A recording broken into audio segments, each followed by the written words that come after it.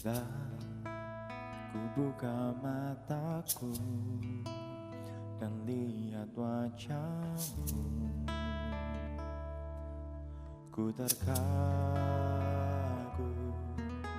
Bila ku lihat hidupku dan karya tanganmu,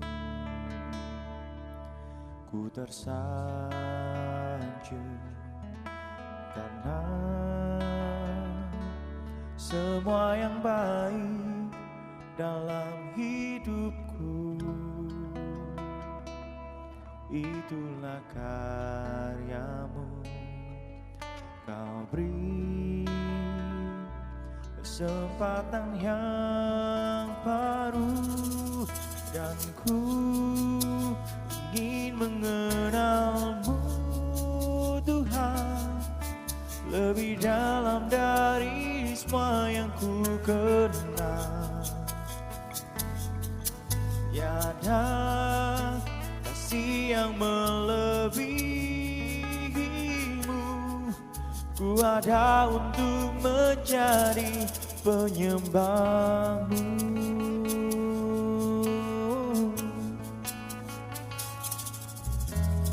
Aku buka mataku, lihat wajahmu,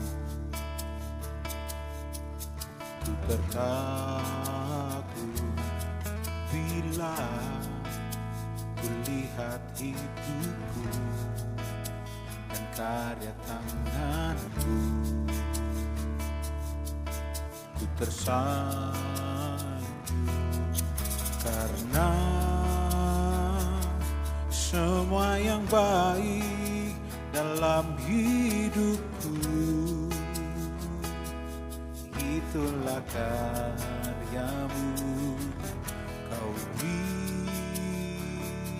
kesempatan yang baru dan ku ingin mengenalmu Tuhan lebih dalam dari semua yang ku kenal. Tiada kasih yang melebihimu, ku ada untuk menjadi penyembahmu. Dan ku ingin mengenalmu Tuhan lebih dalam dari semua yang ku kenal.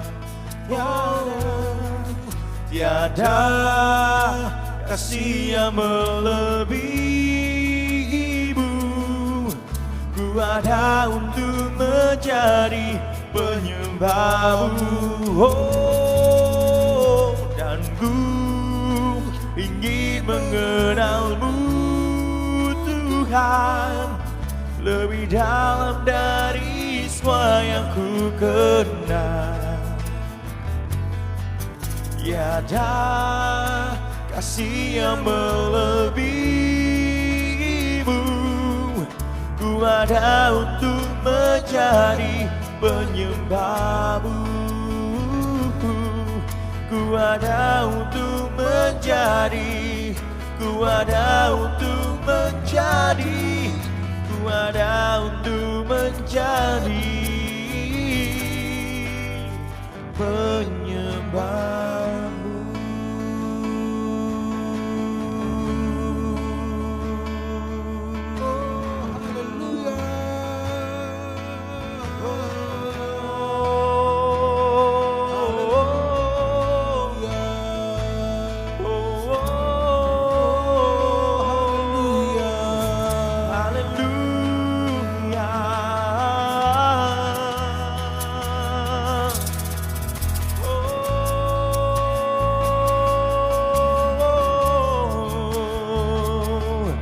Haleluya.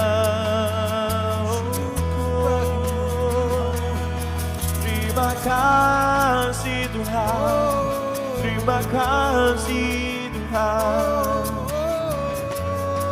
terima kasih Tuhan. Oh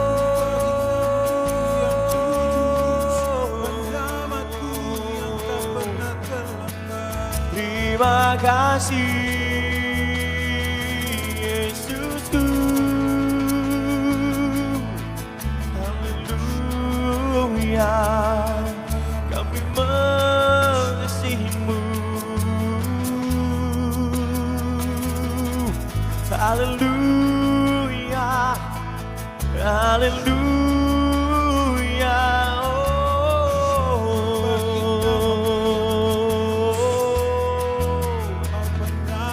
Haleluya,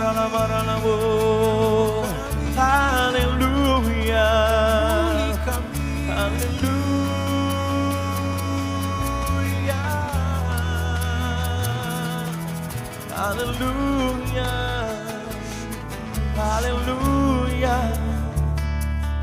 Terima kasih Tuhan.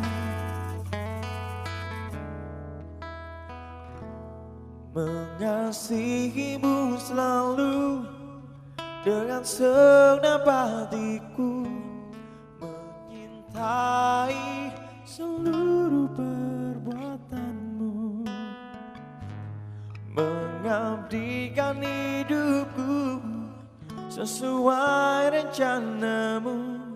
Ku mau menyembahmu sampai akhir hayatku.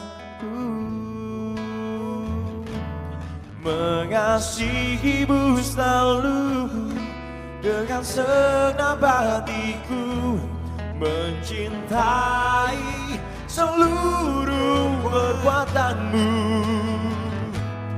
mengabdikan hidupku sesuai rencanamu.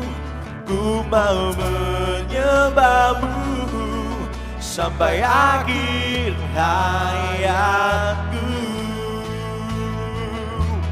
Mengasihimu selalu dengan segenap hatiku, mencintai seluruh perbuatanmu, mengabdikan hidupku sesuai rencanamu. Ku mau menyembahmu sampai akhir hayatku. Ku mau menyembahmu, ku mau menyembahmu sampai akhir hayatku. Oh, ku mau menyembahmu sampai akhir hayatku.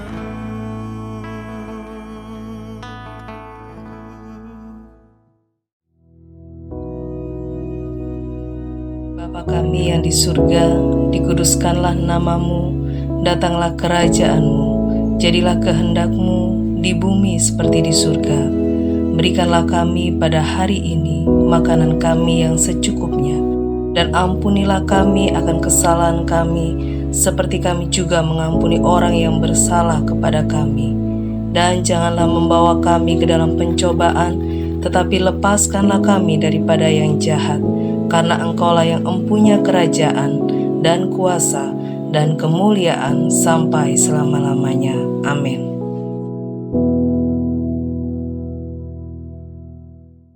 Shalom saudara.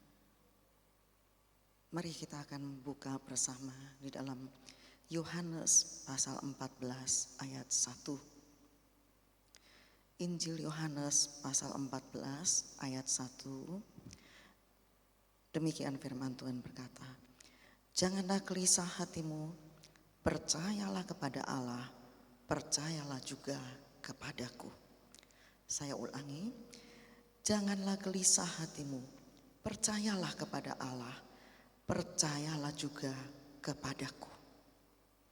Di sini ada kata-kata janganlah gelisah hatimu. Kata janganlah gelisah hatimu ini berarti janganlah khawatir. Juga berarti jangan menyerah pada ketakutanmu. Jangan biarkan hatimu tertekan. Jangan biarkan hatimu gelisah. tetapi berhentilah gelisah. Saudara, tidak ada satu manusia pun yang tidak pernah mengalami kegelisahan. Tetapi kegelisahan yang dibiarkan terus-menerus itu akan mengganggu kehidupan kita. Dalam tahap normal, orang yang gelisah terus-menerus, dia tidak bisa duduk diam. Dia akan berjalan ke sana kemari tanpa arah, dengan tujuan hal itu bisa mengurangi kegelisahannya. Kalau kegelisahan ini terus-menerus terjadi dan sedikit di atas ambang normal, maka mungkin orang yang gelisah ini akan mengalami sakit perut, perutnya merasa mulas, berkeringat dingin, dan sensitif, mudah emosi. Jika dibiarkan terus-menerus, maka orang ini akan mengalami kesulitan untuk tidur. Kalaupun dia bisa tidur, tengah malam dia akan terbangun berkeringat dingin, jantung berdebar-debar, bermimpi buruk, dan mungkin bahkan berteriak-teriak ketika dia tidur. Dan pada taraf yang paling ekstrim, orang yang gelisah terus-menerus, dia bisa mengakhiri hidupnya dengan bunuh diri. Manusia mempunyai perasaan, dan ketika perasaannya ini terganggu, maka ini akan timbul kegelisahan. Saudara, menarik untuk direnungkan apa yang diucapkan oleh Yesus tentang janganlah biarkan hatimu gelisah. Mengapa Yesus melarang kita sebagai umatnya supaya jangan gelisah di dalam hidup ini? Larangan Yesus ini membawa keuntungan bagi kita. Gelisah itu sangat berbahaya kalau kita beri ruang dalam hati kita. Orang yang hatinya gelisah, saudara, maka dia akan sulit tidur. Dan kalau kita sulit tidur, maka akan terjadi kekurangan darah pada tubuh kita. Kalau tubuh kita kekurangan darah, maka tubuh kita akan menjadi lemah. Dan kalau sudah lemah, selera makan akan berkurang. Ketika selera makan berkurang, maka fungsi-fungsi organ tubuh menjadi tidak normal. Dan dalam keadaan yang demikian, imun tubuh atau kekebalan tubuh menjadi lemah. Kalau imun tubuh atau kekebalan tubuh sudah menjadi lemah, maka kita akan mudah terserang sakit. Oleh sebab itu Yesus berkata dalam Yohanes 14 ayat 1 tadi, janganlah gelisah hatimu. Percayalah kepada Allah. Kata janganlah gelisah hatimu, janganlah biarkan kegelisahan itu menguasai hidup kita. Janganlah kita membiarkan kekhawatiran itu menguasai hati kita. Ketakutan, hidup yang tertekan, jangan dibiarkan menguasai hidup kita. Kemudian mungkin kita akan bertanya, bagaimana cara mengatasi agar hati kita tidak dikuasai oleh kegelisahan. Sebenarnya saudara, kalau kita kembali dalam Yohanes 14 ayat 1 tadi, di sana sudah terkandung jawabannya. Coba kita baca bersama kembali. Yohanes 14 ayat 1, janganlah gelisah hatimu, percayalah kepada Allah, percayalah juga kepadaku.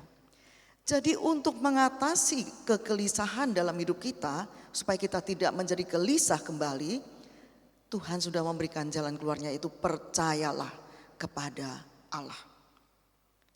Percaya bahwa Allah itu adalah penolong kita. Dia sanggup melepaskan kita, dia sanggup menyembuhkan kita, dia sanggup menolong kita dalam permasalahan yang kita hadapi. Saudara, dalam kehidupan sehari-hari ada banyak hal yang sebenarnya bisa membuat kita nih belajar untuk percaya. Ketika kita bepergian ke suatu tempat tujuan, saudara, Kita mempercayai orang yang mengemudikan mobil yang kita naiki, bukan? Meski kita tahu bahwa mereka itu manusia yang tidak sempurna sama seperti kita, namun kita percaya bahwa si pengemudi mobil yang kita naik itu akan membawa kita sampai ke tempat tujuan dengan selamat. Nah, kalau pengemudi yang tidak sempurna saja kita bisa percaya kepadanya bahwa dia akan mengantar kita sampai ke tempat tujuan dengan selamat. Tetapi mengapa banyak orang percaya? Banyak anak Tuhan yang kurang percaya kepada Yesus. Padahal dia adalah pribadi yang sempurna dan dia maha tahu. Dia maha sanggup menolong kita ketika kita menghadapi masalah. Tetapi mengapa malah kita ragu mempercayakan hidup kita kepadanya? Mengapa hal ini bisa terjadi, saudara? Karena kita kurang mengenal dia. Kembali pada contoh tentang bepergian tadi. Suatu saat mungkin kalau kita bepergian dengan orang tua dari teman kita percaya bahwa mereka akan membawa kita ke tempat tujuan dengan selamat. Mengapa kita percaya kepadanya? Karena kita mengenalnya, saudara. Kita mengenal orang tua dari teman kita. Saudara, jadi sekarang apa yang menghalangi kita untuk percaya kepada Tuhan? Mari kita mengenal Dia dengan lebih dalam agar kita bisa mengerti siapa sesungguhnya Allah yang kita sembah itu. Kalau kita baca dalam Mazmur 121 ayat 1 dan 2 dikatakan, nyanyian ziarah, aku melayangkan mataku ke gunung-gunung, dari manakah akan datang pertolonganku? Pertolonganku ialah dari Tuhan yang menjadikan langit dan bumi. Pemazmur dalam kesesakannya berkata, aku melayangkan mataku ke gunung-gunung, dari manakah akan datang pertolonganku? Ayat 2 berkata, pertolonganku datangnya dari Tuhan yang menjadikan langit dan bumi. Dari ayat yang kedua ini kita menarik kesimpulan bahwa Allah yang kita sembah dalam nama Yesus adalah sumber pertolongan kita. Kita harus mengenal hal ini bahwa Allah yang kita sembah dalam nama Yesus itu adalah penolong kita. Jadi kita tahu sekarang bahwa Yesus itu adalah penolong kita. Kita harus mengenal Dia lebih dalam lagi. Kalau kita baca kembali dalam Mazmur 46 ayat 1b, dikatakan di sana, Allah itu bagi kita tempat perlindungan dan kekuatan, sebagai penolong dalam kesesakan sangat terbukti. Saya ulangi, Allah itu bagi kita tempat perlindungan dan kekuatan, dan sebagai penolong dalam kesesakan sangat terbukti. Jadi Allah yang kita sembah itu adalah penolong yang dapat diandalkan. Ini yang perlu kita ketahui dan kita kenali dari Allah kita. Karena sebagai penolong dalam kesesakan itu sangat terbukti. Jadi Dia penolong yang dapat diandalkan. Sebagai penolong yang dapat diandalkan, Allah kita itu maha kuasa. Bagi Dia tidak ada yang sukar. Dia sanggup mengadakan dari yang tidak ada menjadi ada. Kita bisa tahu ini dari penciptaan langit dan bumi.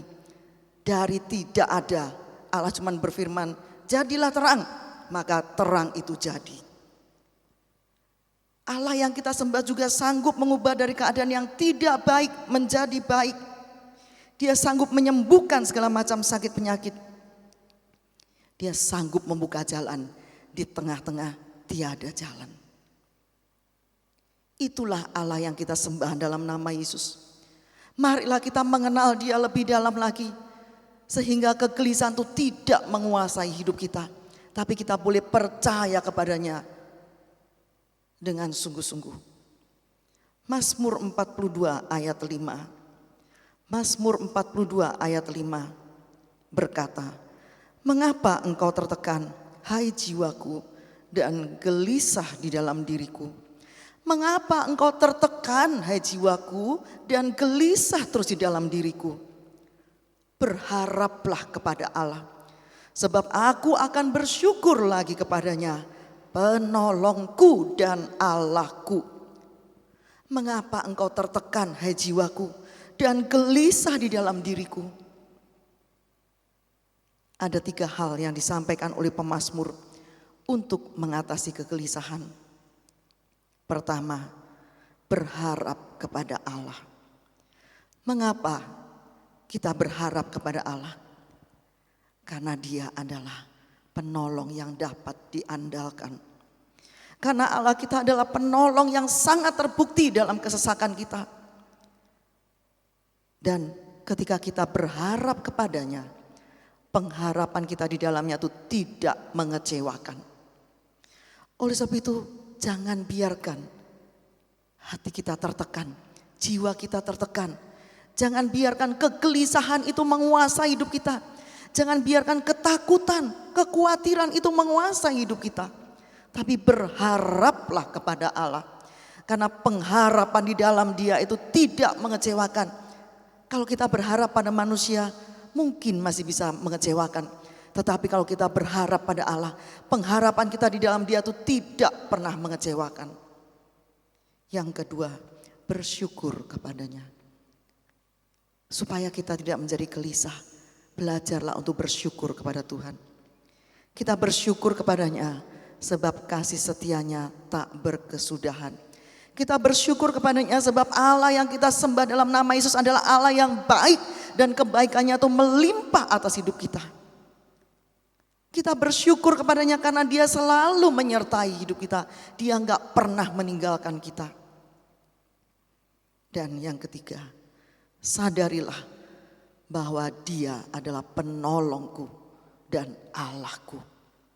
Yesus adalah penolong kita dan Allah kita. Oleh sebab itu saudara, janganlah biarkan lagi kegelisahan, ketakutan, kekhawatiran, tekanan menguasai hidup kita. Tapi percayalah kepada Yesus. Percayalah kepada Allah bahwa Dia adalah satu-satunya penolong hidup kita. Berharaplah kepadanya.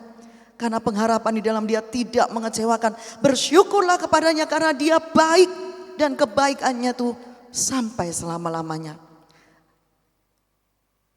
Serahkan semua masalahmu kepadanya. Serahkan masalahmu kepada Tuhan. Percayalah kepadanya. Percayalah bahwa tidak ada yang mustahil bagi orang yang percaya kepada Tuhan.